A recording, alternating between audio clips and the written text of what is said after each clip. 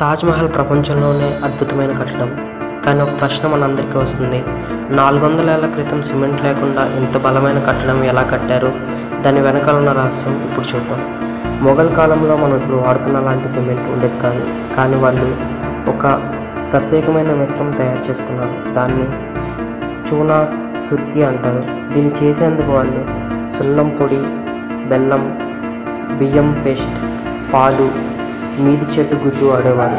ఇవన్నీ కలవడం అది సహజంగా గట్టిగా అయ్యి రాళ్ళను బలంగా కట్టేసేది. ఈ మిశ్రమాన్ని తాజ్మహల్లో వాడిన తెల్ల రాళ్ళు మధ్య వేసేవారు. కాలం గడుస్తున్న కొద్దీ ఇది మరింత బలంగా మారింది.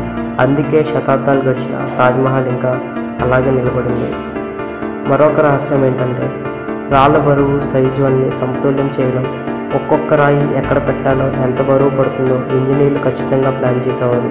అందుకే ఇవాళకి అది కూలకుండా ఉంది. అంటే సిమెంట్ లేకపోయినా ఆ కాలం ఇంజనీర్లు సహజ పద్ధతులతో చేసిన మిశ్రమం, రాళ్ళు, బ్లాకింగ్ విధానం, ప్లానింగ్ అన్నీ కలిపి తాజ్మహల్ని శాశ్వతంగా నిలబెట్టాయి.